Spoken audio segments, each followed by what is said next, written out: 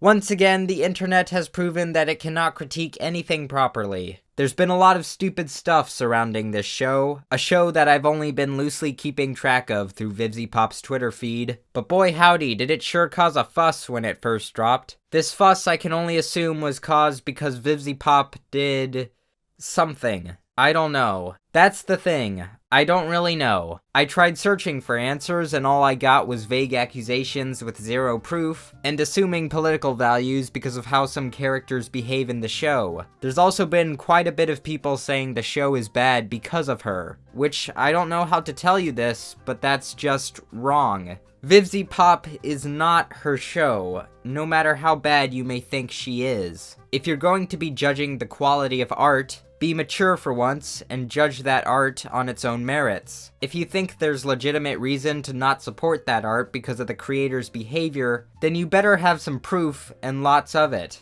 Today, I am exclusively talking about the art, and some of the creator's commentary concerning that art. If you don't want to hear that, then you can click off the video and make some vague Twitter post about me. With that being said, I think the show itself has some serious issues. However, its biggest strength by far is its animation. I can usually tell what characters are doing and their movements are energetic and smooth. It can get chaotic in parts, but I think the amount of confusion in that area is minimal. This kind of animation is higher quality than 90% of animated YouTube videos and even some professional TV shows. Its biggest weakness is probably its world building. The pilot episode starts off with this song, with our main character singing about how they've always been a failure. I find this opening a bit redundant. Sure, it serves as audio to go with the introduction to the world, but there's not any new information that is not already hammered into the audience later in the show. Little project is dead on arrival.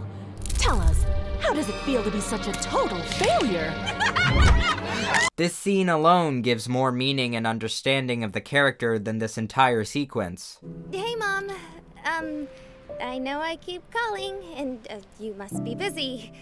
Really busy. But, the interview didn't go well, and I don't know if I'm going to make a difference. I don't know what I'm doing. Then this happens. Oh, I'm alive! I'm alive! And I'm immediately confused. This is where one of my biggest concerns lie. Okay, so this is supposed to be hell, and because it's hell, I'm giving it a pass on many things I wouldn't normally. Usually when one thinks of hell, they think of a place in the afterlife where sinners are punished for eternity. This hell is obviously very different from, say, the Christian or Catholic version of hell that a lot of people are familiar with, but I think this next point still stands. How the hell can people die in hell? You may think this is a bit nitpicky at first, but considering a major plot point that hell is overpopulated and exterminations of large groups of demons needs to happen regularly, this seems to be a question that needs to be answered. One of the characters even acknowledges this. I'm gonna kill him. Too late, Toots. Wait! Would that make me double dead? Where exactly do I go? To double hell? Show. Please answer this question. Are you telling me that people die twice? And if they do, where do they go for the second time? Or does life just cease to exist? But the question that really needs to be answered is this. What does death mean to people in this hell? Now, to be fair, the show does seem to establish, very subtly I might add, that people have attitudes toward death that are similar to our own. Demons seem to want to live, and if we can infer from Angel Dust's question, it seems no one really knows for sure what happens after death in this hell, which is a fair enough answer. However, I really don't think this was made clear enough and left me confused for most of the episode, especially when lives are treated so carelessly in the beginning. I really think this part of the world should have been given more attention. This is something that cannot be skimmed over when the world and story is so tied to the concept of hell and death. Before we go any further, I have to talk about the character designs. Now, I consider the animation and designs in this show to be two vastly different things, and while the animation is relatively clear, the designs of these characters is not. For starters, these characters have very similar body types and color schemes, which makes it harder for them to contrast with the background and with each other. Just take a look at this image and try to tell me where one character ends and the next begins. It ain't easy. And they might have been able to get away with this if there wasn't also a whole lot of unnecessary details. There's so many stripes and dots and poker symbols on every individual feather thing. It just looks like a nightmare to animate. I don't know why VivziePop would put so many details that add virtually nothing but visual clutter. Like, what do we get from having random pink dots on Angel Dust's weird hair thing? And what is this X that's constantly floating 2 inches on top of Vaggy's hair? Just what the fuck is this? Ah! This brings me to the sound effects. There's a lot of them, and oftentimes they overlap characters' dialogue and serve as a distraction at best, and at worst, they become probably the most uncomfortable 20 seconds in the show. For his cannibal cooking segment. You might be some royal big shot, but that doesn't mean shit to me.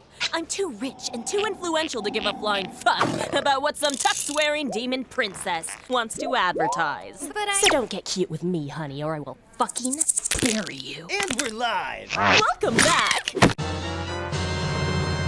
You could argue that the sounds in this scene are uncomfortable on purpose to reflect the character, but that effect is diminished when the rest of the show has the same level or nearly the same level of sound effects. I'm fine with a few cartoony sounds, but I wish they were more strategically placed. VivziePop has commented on this. I know a lot of people think that there's like a ton of sound effects in it, which there definitely are. We had to rein in some to make sure like the music and everything could be like clear and heard, and there was like a balance.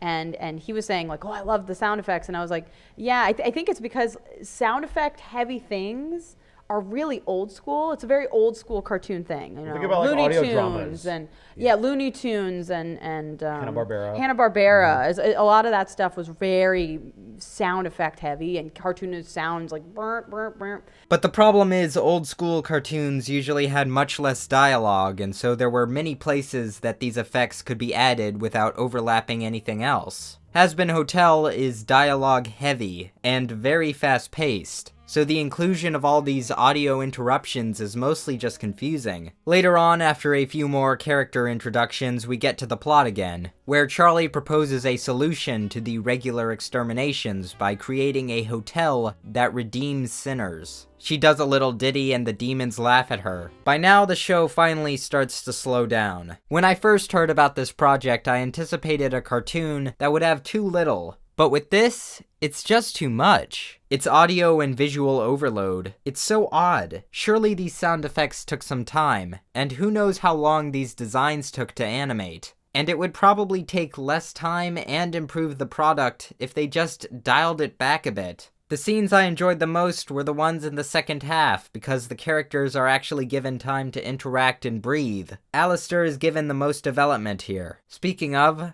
let's face it folks, Alistair is clearly the best character here. Number 1, he's the only one that actually acts like a demon, which isn't a criticism of the other characters, just an observation. Number 2, there's this sense of danger, mystery, and existential terror behind him, which fits perfectly within the setting. Number 3, he has the best voice actor. You think I'm some kind of fucking clown?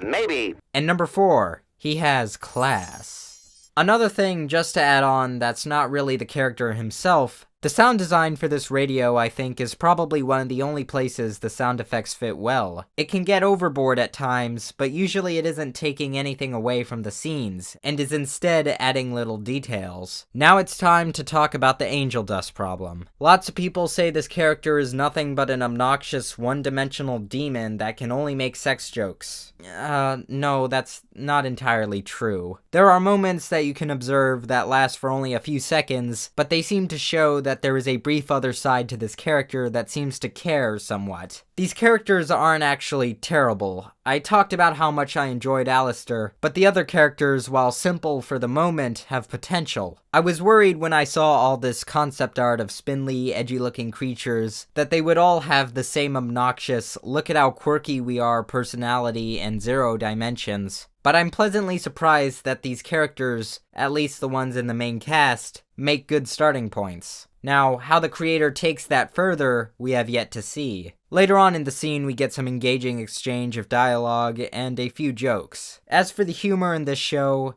it's fine. I would say it's slightly above Twitter standards. Mostly the things I found funny were small details and stuff in the background, not the jokes that were in your face. For example, in the news station where it says, murder, sex, weather, or when Charlie calls someone and when she presses the button, it makes this noise. It's the small things that you don't really expect. I kept thinking to myself, why all the swearing felt out of place? This is supposed to be hell, it should be obscene. But then I realized it probably has more to do with the tone than the actual swearing. When you have all these Disney-esque songs, especially at the beginning, mixed with Tom and Jerry sound effects going back and forth between dialogue that would make Family Guy squirm, I'm sure you can get that hooker to do anything with enough booger sugar and lube. and Charlie singing about her dreams and stuff, the tone becomes very inconsistent. So it feels like a 12-year-old just learned a bunch of new curse words. So I don't think it's because people are pearl clutchers all of a sudden and cartoons can't swear now, but mostly because the tone is so jarring. I will say the tone seems to find its footing as it goes along, but again, dialing back the sound effects would be an improvement. So in the middle of this dialogue, we get this long exposition dump that was full of information that I could already get from how Alistair interacted with the other characters. Dear,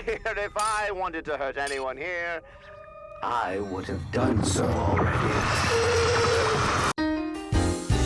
It's pretty obvious that he's powerful. This backstory could have been sprinkled in throughout the show. I like the air of mystery around him, but now that's kind of deflated. He introduces a few more characters, and I think they should have been introduced at the beginning of the next episode, because by this point, we're like 4 minutes away from the end, and with all the info we've gotten already, I don't have much energy to get invested in 2 other minor characters, who I know aren't going to be doing much else for the rest of the time. They have an enjoyable musical sequence with a color change that kind of makes it even harder for the characters to stand out from the environment, and it ends with Alistair devastating the weird dude and his egg army. And finally, we get this detailed shot of the building and roll credits. There was a few small things I forgot to mention, mostly just little nitpicks I picked up. At some point, Vaggie says this, I have these other ideas of what to say. The highlighted bits are the best parts.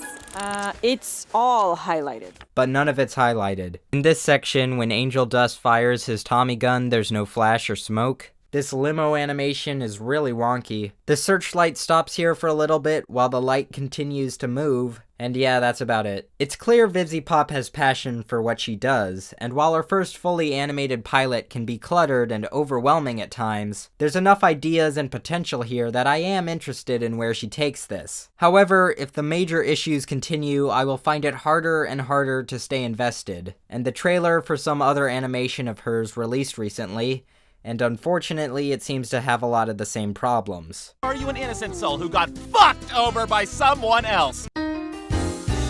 We'll just have to see where this goes. But seriously, why does she have an X floating off her face? Why?